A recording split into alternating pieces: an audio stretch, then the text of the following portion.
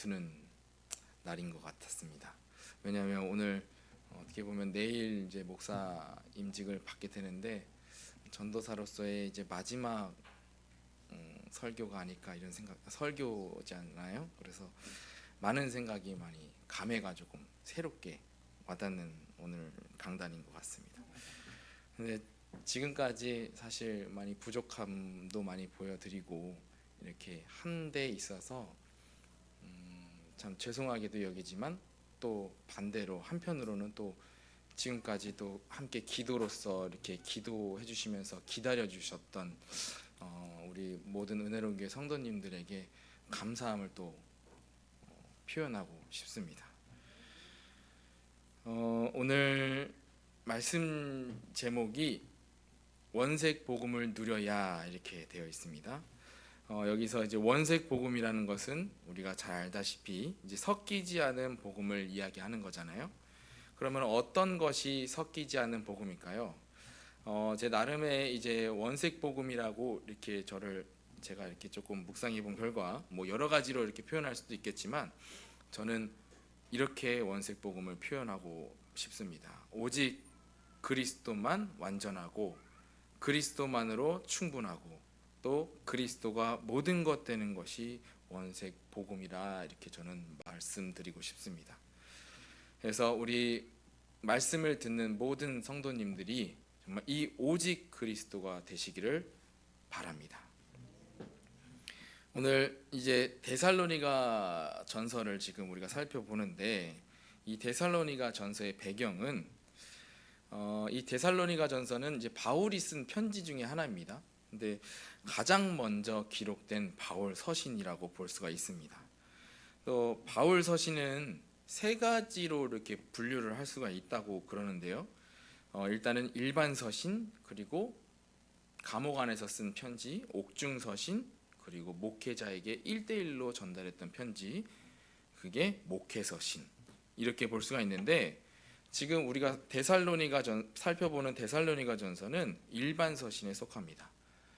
그냥 감옥에 있던 것이 아니라 전도 여행 중에 쓰여진 편지를 지금 일반 서신이라고 얘기할 수가 있는 것입니다. 지금 이때 당시에 바울이 이제 데살로니가 지역에서 이제는 고린도 지역으로 이제는 가서 그 지역에서 데살로니가 교회의 성도들에게 쓴 편지가 데살로니가 전서라고 볼 수가 있습니다. 그래서 이것이 이제는 바울이 처음 썼던 서신이기도 하지만 이게 신약 성경 그 성경 안에서 이제 가장 처음으로 쓰여진 성경책이라고도 볼 수가 있는 것입니다. 또 이제는 우리가 또 살펴볼 것은 데살로니가 전서니까 이제 데살로니가 교회 성도들한테 쓴 편지잖아요.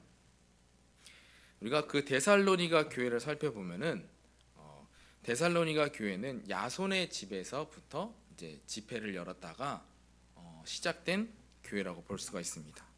그리고 또 전도 여행 중 세운 첫 번째 교회라고도 볼 수가 있어요. 그러니까 뭐 초대교회를 포함하지 않고, 그러니까 안디옥 교회보다 더 먼저 세워진 교회다. 이렇게 안디옥 교회는 바울이 세운 교회가 아니죠. 예. 그러니까 바울이 처음으로 여행 도중에 세운 교회, 첫 교회. 그러니까 어떻게 보면은 바울에게는 조금 더 특별한 교회라고도 볼 수가 있습니다. 그리고 이 데살로니가 교회는 긴 시간을 통해서 이렇게 세워진 교회가 아니라요, 단시간에 세워진 교회예요. 사도행전 17장에 이 데살로니가 지역의 이제 배경이 나오는데 거기에 보면은 바울이 데살로니가 지역에 3주 동안 머물러 있는 것을 우리가 좀 볼 수가 있습니다. 뭐 그 이상으로 있었을 수도 있었겠지만 기록된 바로는 최소 3주는 그곳에 있었다. 우리가 볼 수가 있는 것입니다. 그러니까 단기간에 세워진 교회예요. 어떻게 보면은 상식적으로는 솔직히 어떻게 저 교회가 이렇게 3주 만에 세워질 수가 있을까? 어떻게 보면 좀 불안하기도 하죠. 예. 그렇지만 아무튼 단기간에 세워진 교회다. 그리고 그 데살로니가 지역에는 이제 많은 그리스인과 이제는 이제 유대인들이 많이 섞여 살고 있는 지역이었습니다. 그러다 보니까 이제 유대인들은 우리가 성경 속에서 볼 수 있는 그 유대인들은 예수 그리스도가 아직 오시지 않았다라는 그 사상을 갖고 있었기 때문에 그리스도를 이야기하는 사람들에게는 이제는 많은 핍박과 박해를 가했던 그런 배경을 우리가 볼 수가 있습니다. 그래서 이제 바울이 이제 데살로니가 지역에서 이제 그리스도를 이야기하고 또 그 그리스도가 이제 부활하시고 이런 것들 하나님의 나라의 일을 이제 강론을 하는 가운데 이제 많은 유대인들이 핍박을 했던 거예요.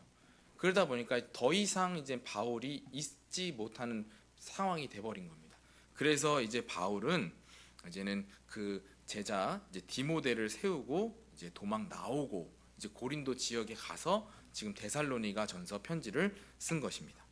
그러니까 단시간에 이제 세워진 교회다 보니까 바울이 아마도 이제 불신앙 아닌 불신앙이 되었겠죠. 이제 불안하겠죠. 이제 3주 만에 세워진 교회니까요. 얼마나 불안하겠어요. 그죠? 그래서 쓴 편지다 이렇게도 볼 수가 있습니다. 그래서 서신의 내용은 첫 번째로는 우리가 세 가지로 볼 수가 있는데요. 첫 번째로는 이제 데살로니가 성도들에게 이제 칭찬하는 내용을 이제 적혀 있습니다.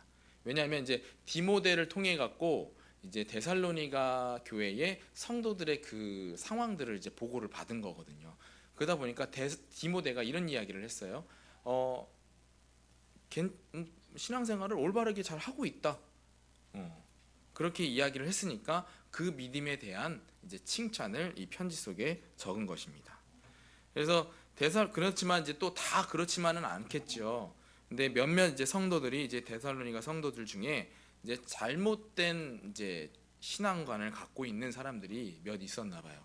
그 중에 하나가 대표적인 것이 이제 종말관. 그러니까 종말론을 잘못 알고 있는 거예요. 그러니까 그러다 보니까 그 사람들이 이제는 곧 있으면은 하나님 예수님께서 재림하실 것이다 그렇게 생각을 하니까 이젠 일을 안 하게 되는 거예요. 그리고 또 문란해진 생활들 이런 것들을 또 볼 수가 있었고 또 그들이 이제 걱정하고 있었던 것이 재림 전에 죽은 사람들은 어떻게 하냐 이런 것들을 조금 걱정하는 내용들이 성경 속에 나옵니다. 그래서 바울이 이러한 자들에게 올바른 복음을 말하였습니다. 그것이 데살로니가 전서예요. 또 세 번째로는 이제 여러 가지 이제 성도들이 이제 정말 올바른 이제 성도로 정말 구별된 성도로 살아갈 수 있게끔 도덕적으로나 이제 교훈과 이제 그런 것들을 이제 권면하는 그런 내용들이 적혀 있는 것입니다. 그게 데살로니가 전서예요. 그래서 이러한 배경을 토대로 우리가 들을 말씀입니다. 오늘 말씀이요.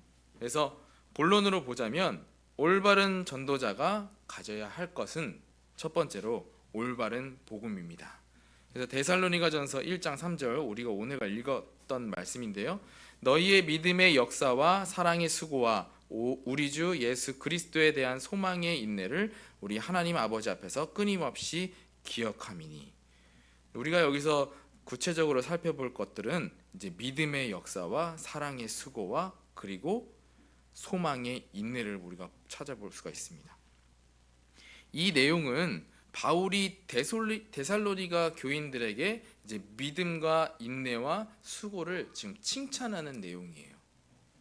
그래서 첫 번째로 믿음, 역사 이렇게 이야기를 하고 있는데 그때 당시에 데살로니가 성도들이 가졌던 믿음이 어느 정도였냐면 이웃으로부터 왕따를 당하는 배경이 있었습니다. 환경이 있었어요. 그러니까 예수가 그리스도라는 것을 믿는 것 자체가 이제는 이웃들에게 왕따당하는 또 더 나아가서 이제 가족들에게 이제 적대심을 받게 되는 그런 환경이었습니다. 그럼에도 불구하고 그들이 믿음을 지켰다. 어떻게 보면은 가족보다 복음을 선택했다고 볼 수가 있어요. 그만큼 이제 믿음을 지켰다. 그래서 그 믿음에 대한 이제 역사는 반드시 일어난다는 것을 지금 바울이 이야기를 하는 것입니다. 두 번째로는 그들이 이제 인내하며 믿음을 지킬 수 있었던 비결이 있었을 거 아니에요. 그 비결은 하나님의 언약에 대한 소망이 있었기 때문입니다. 이 소망이라는 것은 미래라고도 우리가 볼 수가 있겠죠. 근데 미래는 앞으로 오지 않았지만 하나님을 믿었기 때문에, 확신을 가졌기 때문에 그 하나님의 그 언약에 대한 이제 소망을 두고 그들이 믿음을 지킬 수가 있었던 것입니다. 그리고 이제 사랑과 수고를 이야기하는데, 여기서 정말 사랑한다면 그 사랑하는 사람에게 우리 수고하는 것들이 이제 수고라고 생각이 안 들 정도로 우리가 수고를 할 수가 있다, 이런 내용입니다. 그때 당시에 데살로니가 전서와 바울의 그 사이는 굉장히 돈독했어요. 바울이 표현하는 내용들을 보면은 형제와 같다고 그랬어요. 진짜 형제는 아닌데 진짜 아버지와 어머니 또 형제들과 같다. 그러니까 복음 안에서의 그 끈끈한 사랑이 있었던 거예요. 그러니까 그들이 서로 도울 수 있었던 것이고, 서로 계속해서 끊임없는 이제 사랑이 담긴 기도를 할 수가 있었던 것을 우리가 살펴볼 수가 있습니다. 또한 이제 올바른 전도자가 가져야 할 것은 올바른 능력입니다. 데살로니가전서 1장 5절에 보니까요, 이는 우리 복음이 너희에게 말로만 이른 것이 아니라 또한 능력과 성령과 큰 확신으로 된 것임이라. 우리가 너희 가운데서 너희를 위하여 어떤 사람이 된 것은 너희가 아는 바와 같으니라 라고 되어 있습니다. 우리가 여기에서 집중적으로 살펴볼 내용은 능력과 성령과 큰 확신을 볼 수가 있습니다. 첫 번째로 능력을 보자면, 우리가 오늘 아까 전에 그 데살로니가전서의 배경을 우리가 봤었잖아요. 그러면서 우리가 오늘 1번의 능력을 한번 보자면, 오늘 말씀 내용을 보면서 바울이 한 것이 아니라 하나님이 하셨다는 것을 우리가 볼 수가 있습니다. 아까 전에 말씀드렸다시피 교회가 단시간에 세워진다는 것은 어떻게 보면 거의 불가능에 가까워요. 그죠? 지금 저희 교회도 이 정도로 우리가 성장할 수 있었던 것은 지금 내년이면은 이제 30주년이에요. 내년이면. 그럼 물론 뭐 여러분들이 이제 30년 동안 믿음과 소망과 그리고 사랑이 있었기 때문에 성장한 교회입니다. 근데 반면에 데살로니가 교회는 단기간에 세워진 교회, 절대 우리 상식적으로 이해할 수 없는 그런 상황입니다. 그러나 하나님이 하시면 단시간에도 교회를 세우는 것이 가능하다는 것을 우리가 오늘 말씀을 통해서 살펴볼 수가 있습니다. 근데 이러한 것들이 다 하나님의 계획 가운데 있었기 때문에 된 것이죠. 그래서 이러한 능력의 하나님이 모든 전도자와 함께 하심을 믿습니다. 그래서 두 번째, 성령과 확신. 이 본문의 내용은 이제 많은 이제 현혹 가운데 이제 복음의 진리에 서지 못하게 하는, 방해하는 요소들에게 속지 말고 바울이 전한 능력의 복음과 성령과 큰 확신을 간직하라고 말하는 내용입니다. 그러니까 다시 말하면 모든 것은 사람이 한 것이 아니라는 것입니다. 하나님이 능력과 성령과 확신 가운데 역사하시는 것입니다. 그래서 여러 가지 우리가 하는 일들이 있잖아요. 그런 것들이 내 노력으로, 내 열심으로 된 것이 아니라 그렇게 착각하지 말아야 됩니다. 우리가 모든 것은 작은 것이라도 하나님께서 하신 것이라고 우리가 믿음을 가져야 되는 것입니다. 그러면 우리가 자랑할 것은 하나도 없죠. 우리가 능력대로 한 것이 아니니까요. 그래서 오직 하나님, 우리가 자랑할 것은 오직 하나님뿐인 줄 믿습니다. 그리고 자만하고 과시하고 이렇게 할 필요가 없는 것이에요.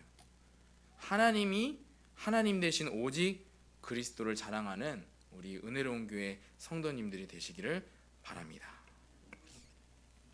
세 번째로, 올바른 전도자가 가져야 할 것은 올바른 모델입니다. 그래서 데살로니가전서 1장 7절에 보니까요, 이게 적혀 있습니다. 너희가 마게도냐와 아가야에 있는 모든 믿는 자들의 본이 되었다, 이렇게 나와 있어요.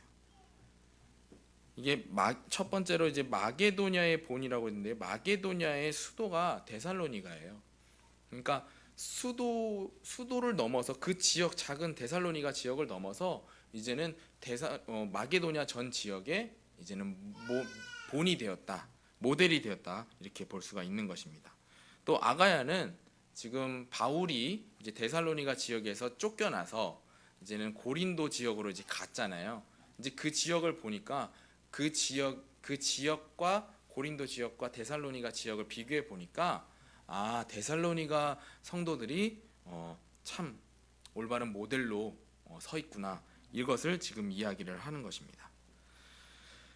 또 사도행전 17장 1절부터 9절에 보니까요, 지금 데살로니가 그 지역에 이제 내용들이 나오는데요. 근데 그 내용은 뭐냐면, 그 내용을 보면 문제와 사건 가운데서도 흔들리지 않는 신앙을 볼 수가 있습니다. 야손의 집에 지금 예수가 그리스도라는 것을 지금 이야기하고 혼란케 하는 사람들이 누구냐고 이렇게 찾아오는 배경이에요. 근데 그런 가운데 흔들리지 않고 계속해서 믿음을 지켜나가는 모습을 우리가 사도행전 17장에서 볼 수가 있는 것입니다. 이러한 올바른 전도자가 되어야 되는 것입니다. 그래서 결론적으로 전도자가 갖춰야 할 것, 그 첫 번째로는 성령 충만입니다. 이게 그냥 성령 충만이 아니라 진짜 오직 성령 충만함으로 갖춰진 전도자가 되어야 될 줄 믿습니다. 그리고 모든 것이 이제 내 능력으로 된 것이 아니라, 내 계획대로 된 것이 아니라, 내 능력이 아니라 성령의 능력으로 되어졌다는 것을 매일매일 잊지 않는 전도자가 되어야 될 줄 믿습니다. 마지막으로 올바른 전도자는 본이 되는 신앙생활을 해야 합니다. 그러니까 여러 가지 이제 같이 신앙생활 하다 보면은 굉장히 극단적으로 이제 신앙생활 하시는 분들도 계시잖아요. 또 어떤 경우에는 되게 이질적으로 조금 신앙생활을 하시는 분들도 계십니다. 그런 이제 신앙생활이 아닌 이제 삶에서도 모델이 되는 이제 신앙생활을 해야 될 줄 믿습니다. 심지어 복음을 알지 못하는 불신자가 보았는데도 나도 교회 가고 싶다, 나도 당신이 믿는 하나님을 믿고 싶다, 이러한 생각이 들 정도로 우리가 모델로 서야 될 줄 믿습니다. 데살로니가 성도들의 가장 큰 본받아야 될 것은 그들의 전도의 삶입니다. 그들이 가진 믿음을 부지런히 전하였다고 기록되어 있습니다. 우리가 물론 삶에서도 우리의 생활 속에서도 모범이 되어야 되겠지만, 그것이 무엇을 위해서야 되느냐? 단순히 내가 남들에게 이러한 모습으로 보여지게, 높여지고 존경받고 그러는 것이 아니라 정말 모든 것이 전도와 선교에 초점이 맞춰지는 그러한 전도자를 우리가 되어야 될 줄 믿습니다. 날마다 하나님 앞에 서시기를 바랍니다.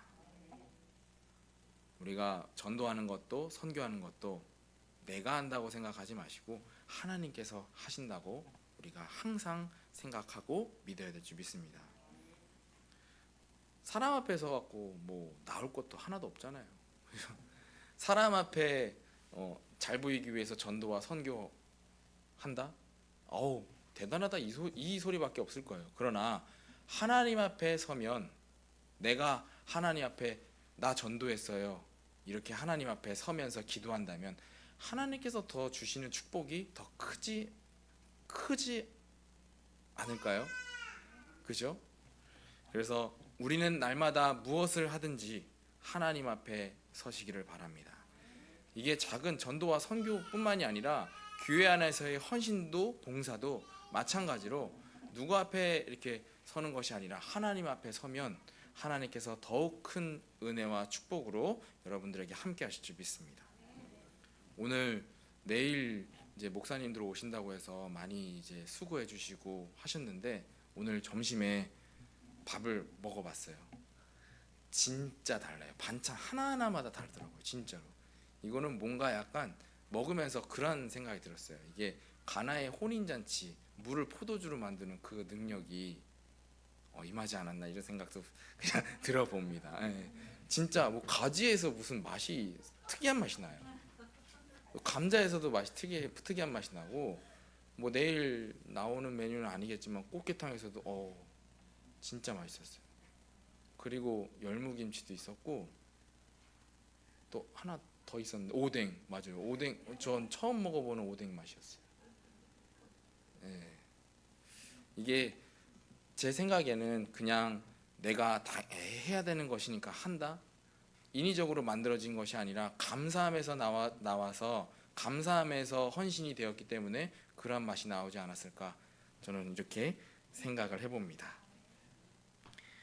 마지막으로 우리가 오늘 제목처럼 원색 복음을 누려야 될 줄 믿습니다.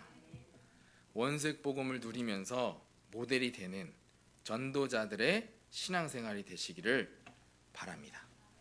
기도하겠습니다. 살아계신 하나님, 나의 능력이 아닌 하나님의 능력으로 모든 것이 이루어질 줄 믿습니다. 하나님, 우리가 원색 복음을 누리는 전도자의 삶이 될 수 있도록 하나님께서 인도하여 주시옵소서. 살아계신 주 예수 그리스도의 이름으로 기도드렸습니다. 아멘.